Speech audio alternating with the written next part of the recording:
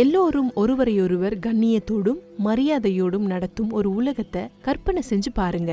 அப்புறம் பிரச்சனை வரும்போது எல்லோரும் ஒருவருக்கொருவர் சரியானதை செய்ய கடினமா உழைக்கிறாங்க. வேதாகமத்துல நாம ஒருவரையொருவர் இப்படி நடத்துவது நீதி செய்வதுன்னு அழைக்கப்படுது. அது நல்லா இருக்கு. ஆனா மற்றவங்களுக்கு முன்னாடி எப்போதும் சரியானதை செய்வது எப்படி என்பதை நாம எப்படி அறிந்து கொள்றது? சரி, மத்த இஸ்ரவேலின் ஆசிரியர்களைப் போல இயேசுவும் பழைய வேதங்களான தோரா மற்றும் தீர்க்கதரிசிகளின் புத்தகங்களில் காணப்படுகிற தேவனுடைய ஞானத்தை படிக்கிறதன் மூலம் நீதியை கற்றுக்கொள்ள முடியும்னு நம்பினார். அப்படின்னா தேவன் பழைய இஸ்ரவேலுக்கு கொடுத்த சட்டங்கள் போன்ற விஷயங்களை படிக்கிறது. ஆமா, அந்த சட்டங்களை நாம தியானிச்சா தேவனுடைய ஞானம் அந்த சட்டங்களுக்குள் இருக்கும்னு இயேசு நம்பினார். இன்றைக்கும் ஒருவருக்கொருவர் எவ்வாறு சரியானதை செய்வதுன்னு பழைய சட்டங்கள் நமக்கு கற்பிக்குமா?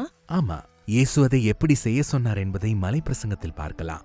முதல்ல இயேசு தோராவில் இருந்து ஒரு கட்டளையை மேற்கோள் காட்டுவாரு. அப்புறம் இரண்டாவதா கட்டளையில மறைந்திருக்கும் தேவனுடைய ஞானத்தை வெளிப்படுத்துவாரு. சரி, நாம அதை ஆழமா பார்க்கலாம். சரி, கொலை என்கிற ஒரு தீவிரமான தலைப்புல இருந்து தொடங்குறாரு. கொலை செய்யாதிருப்பாயாக என்று பூர்வத்தாருக்கு உரைக்கப்பட்டதென்று கேள்விப்பட்டிருக்கிறீர்கள்னு சொல்லி இயேசு தொடங்குறாரு. அவர் இங்க 10 கட்டளையிலிருந்து மேற்கோள் காட்டுறாரு. நான் உங்களுக்கு சொல்லுகிறேன், தன் சகோதரனை நியாயமில்லாமல் கோபித்துக் கொள்ளுகிறவன் நியாய தீர்ப்புக்கு ஏதுவாயிருப்பான். தன் சகோதரனை வீணன் என்று சொல்லுகிறவன் ஆலோசனை சங்க தீர்ப்புக்கு ஏதுவாயிருப்பான். மூடனே என்று சொல்லுகிறவன் எரி நரகத்திற்கு ஏதுவாயிருப்பான். இருங்க, அப்படின்னா இயேசு கோபத்தையும் அவப்பெயர் வைத்து அழைக்கிறதையும் கொலையோடு ஒப்பிடுகிறாரா? அவர் உங்க கவனத்தை ஈர்த்துட்டாரு இல்லையா? ஆமா, ஆனா வெளிப்படையா ஒருவரை கொலை செய்வது கோவப்பட்டு ஒருவரை அவப்பெயர் சொல்லி அழைப்பதை விட மோசமானது. நிச்சயமா, ஆனா அவரு அத சொல்ல வரல. கொலை, கோபம், அப்புறம் வார்த்தையால காயப்படுத்துவது எல்லாமே ஆழமான ஒன்றின் மேலோட்டமான வெளிப்பாடுகள் என்பதை இயேசு ஆவேசமா காட்டுறாரு. அது எது? ஒருவர் நம்மோடு இருப்பதை நீங்க எவ்வளவு மதிக்கிறீங்க இல்லைனா மதிக்கவில்லையா என்பதை காட்டுது. என்ன பொறுத்தவரை, அதாவது ஒருவருடைய வாழ்க்கை ஒரு பொருட்டே இல்லைன்னு சொல்லுவதற்கான கடைசி வழி கொலை. உங்க கோபத்தை இழப்பது இல்லைனா ஒருவரை குறைச்சு மதிப்பிடுவதும் அப்படிதான். இது எல்லாமே இன்னொரு நபருடைய வாழ்க்கையினால ஒரு ஆளுகை தன்மையையும் அப்புறம் அவங்க வாழ்க்கையை அலட்சியமாக நினைப்பதையும் வெளிப்படுத்துது. இது நம்ம உறவுகள்ல அப்புறம் சமூகத்துல அழிவை ஏற்படுத்துது. அப்புறம் இது கடுமையான விளைவுகளுக்கு காரணமாயிருக்கிறது. ஆக இந்த கட்டளையின் ஞானம் கொலையை விட பெரியது. இயேசுவை பொறுத்தவரை இந்த கட்டளை எல்லாரையும் மதிப்பு மிக்கவர்களாக நடத்த வேண்டும் என்பதாகும். சரியா சொன்னீங்க. எந்த நேரத்திலையும் நாம மத்தவங்களை இழிவுபடுத்துறது இல்லனா மரியாதை இல்லாம நடத்துறது, அவங்களுக்கு சரியானதை செய்ய தவறிட்டோம் என்பதை நாம பார்க்க வேணும்னு இயேசு சொல்றாரு. நீதிக்கான அவருடைய வரையறை என்னன்னா எல்லாரையும் தேவனுடைய சக உருவமாக கருதுவதாகும்.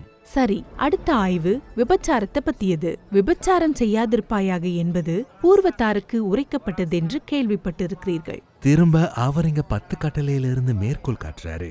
நான் உங்களுக்கு சொல்லுகிறேன், ஒரு ஸ்திரீயை இச்சையோடு பார்க்கிற எவனும் தன் இருதயத்தில் அவளோடு விபச்சாரம் செய்தாயிற்று. அப்போ இயேசு வெறுமனே ஒருவரை கவர்ச்சியாக பார்ப்பதை பத்தி பேசல. இல்ல, அவர் நீண்ட உறுத்துகிற தவறான பார்வையை பத்தி பேசுறாரு. ஒருவரை பொருள்படுத்துவது, உங்க சொந்த இன்பத்திற்காக அவங்க இருப்பது போல அவங்கள பார்ப்பது. நாம இதை செய்யும் போது நாம நம்ம கைகளை நம்ம கிட்ட வச்சிருந்தாலும் சக மனிதனுக்கு தேவன் கொடுத்த கண்ணியத்தை நாம பறிக்கிறோம். உண்மையில உன் கண் அல்லது கை உனக்கு இடரல் உண்டாக்கினால் அதை தரித்து எரிந்து போடுன்னு சொல்ற அளவுக்கு இது இயேசுவுக்கு ரொம்ப முக்கியமானது. அது உண்மையா?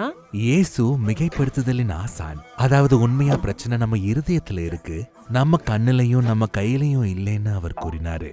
ஆனா விளைவு உண்மையா அதிகம்னு தெளிவுபடுத்த அவர் முயற்சி செய்யறாரு. ஆமா, அவர் ஜெயிச்சிட்டாரு. உடலுறவு ஒரு அழகான விஷயமா சித்தரிக்கும் எபிரேய வேதங்களின் முறையில் இயேசு வளர்க்கப்பட்டார் என்பதை நினைவில் கொள்வது அவசியம். ஆனா பாலிய ஆசை என்கிற காரியம் மற்றவங்களிடமோ இல்லைனா நம்மிடமோ தேவனுடைய சாயலை அவமதிப்பதா இருந்தா, அது நம்ம உறவுகள்ல முறிவை ஏற்படுத்தினா, அது உண்மையிலேயே நம்மை நாசமாக்குகிறது. அதை சரி செய்ய நாம எதை செய்யணுமோ அதை செய்தே ஆகணும். சரி, இது எளிதானது இல்ல. ஏன்னா 3வது காரியம் விவாகரத்து பத்தியது. தன் மனைவியை தள்ளிவிடுகிற எவனும் தள்ளுதற் சீட்டை அவளுக்கு கொடுக்க கடவன் என்று உரைக்கப்பட்டதுன்னு இயேசு சொன்னாரு. இங்க என்னதான் சொல்றாங்க? தன் மனைவியை தள்ளிவிடுகிறவன் அப்படின்னா? ஆமா, இயேசுவுடைய காலத்துல ஆண்கள் மட்டுமே விவாகரத்து செய்ய முடிஞ்சது. அந்த ஏற்றத்தாழ்வு எல்லா வகையான பிரச்சனைகளுக்கு வழிவகுத்தது. ஆனா விவாகரத்து அனுமதிக்கப்பட்டுச்சா? ஆமா, முழு தோராவிலும் ஒரே ஒரு சட்டம் மட்டும்தான் இந்த சிக்கலை குறிப்பிட்டிருந்தாலும் இயேசு அதிலிருந்து மேற்கோள் காட்டினாரு. ஒரு மனுஷன் விவாகரத்து செய்ய முறையிட்டா அவன் அதை சரியான முறையில அப்புறம் நியாயமான காரணத்துக்காக செய்யணும்னு சட்டம் சொல்லுது. சரி, நியாயமான காரணம் தான் என்ன? இது உண்மையிலே இயேசுவனுடைய காலத்துல ஒரு முக்கியமான விவாதமா இருந்துச்சு. சில தோரா அறிஞர்களுடைய கூற்றுப்படி இந்த சட்டம் விபச்சார விஷயத்துல மட்டும்தான் விவாகரத்து செய்ய அனுமதித்தது. ஆனா மத்த தோரா அறிஞர்கள் ஒரு ஆண் தன்னுடைய மனைவியை எந்த காரணத்திற்காகவும் திருமணத்துல அதிருப்தியா இருந்தா கூட விவாகரத்து செய்ய சட்டம் அனுமதிக்குதுன்னு வாதிட்டாங்க. ஆக இங்க இயேசு அந்த குறிப்பிட்ட விவாதத்திற்குள் நுழையிறாரு. ஆமா, இப்போ ஒரு மனிதன் எந்த காரணத்திற்காகவும் விவாகரத்தை ஒரு அச்சுறுத்தலா பயன்படுத்தினா அது அவன் மனைவியை எளிதா துஷ்பிரயோகம் செய்வதாகும். ஆக பெண்களை பாதுகாக்க முறையான விவாகரத்தை விபச்சார வழக்குகளுக்கு மட்டுப்படுத்தியவர்களுக்கு இயேசு பக்கபலமாக இருந்தாரு. அவர் இதை தெளிவுபடுத்தும் போது இப்படியாக சொன்னார்: நான் உங்களுக்கு சொல்லுகிறேன், வேசித்தன முகாந்திரத்தினால் ஒழிய தன் மனைவியை தள்ளிவிடுகிறவன் அவளை விபச்சாரம் செய்ய பண்ணுகிறவனாயிருப்பான். சரி, அவளை விபச்சாரம் செய்ய பண்ணுகிறவனாயிருப்பான் என்றால் என்ன? ஒரு மனுஷன் முறைகேடான ஒரு காரணத்திற்காக தன்னுடைய மனைவியை விவாகரத்து செஞ்சா, அதாவது அவன் திருமணத்துல சலிப்படைஞ்சிட்டாலோ இல்லனா வேற ஒரு பொண்ணோட இருக்க விரும்புவதால விவாகரத்து செஞ்சா, இன்னமும் அவனது திருமண உடன்படிக்கையில அப்படியே இருக்கிறான்னு இயேசு திரும்பவும் ஆவேசமா பேசுறாரு. ஓ, அப்படின்னா புதிய திருமணமும் விபச்சாரத்தின் செயல் என்று அர்த்தமாகும். ஆமா, ஆனா கவனிங்க, இயேசு தன்னுடைய கலாச்சாரத்துல இருந்த ஆண்களை வெளிப்படையாக குற்றம் சாட்டினாரு. ஏன்னா அவங்களுடைய சுயநலத்திற்காக பெண்களை இந்த பாதிக்கப்படக்கூடிய சூழ்நிலைகளுக்கு கட்டாயப்படுத்துறாங்க.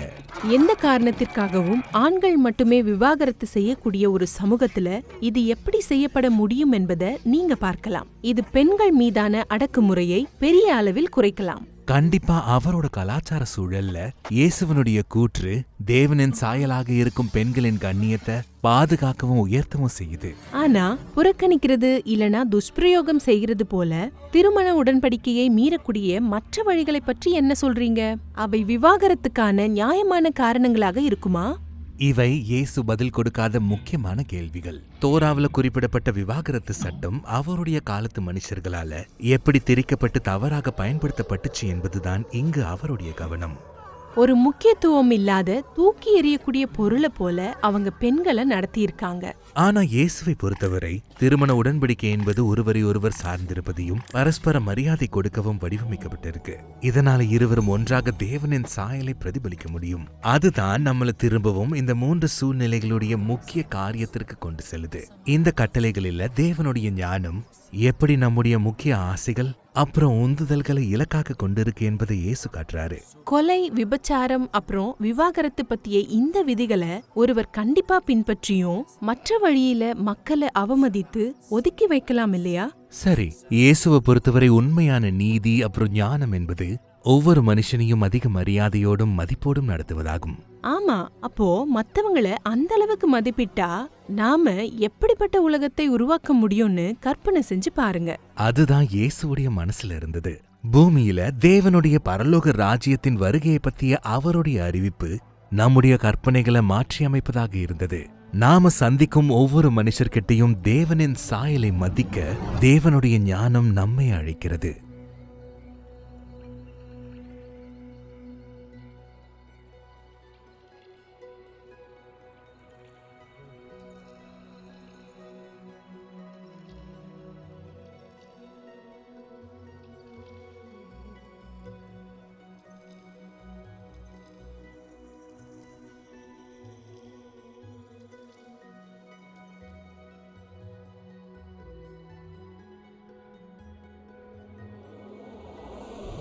நாம இப்ப 3 ஆய்வுகளை பார்த்தோம். மற்றவர்களை நாம் நீதியாய் நடத்துவது குறித்தும் ஆரோக்கியமான உறவை குறித்தும் இயேசுவின் கண்ணோட்டத்தை காண்பித்தது. அடுத்ததாக இன்னும் 3 ஆய்வுகளை பார்க்க போகிறோம். உங்கள் வார்த்தையின்படி நடப்பதை பற்றியும், அநீதிக்கு பதிலளிப்பது மற்றும் உங்களால் சகித்துக்கொள்ள முடியாதவர்களையும் எப்படி கையாளுவது.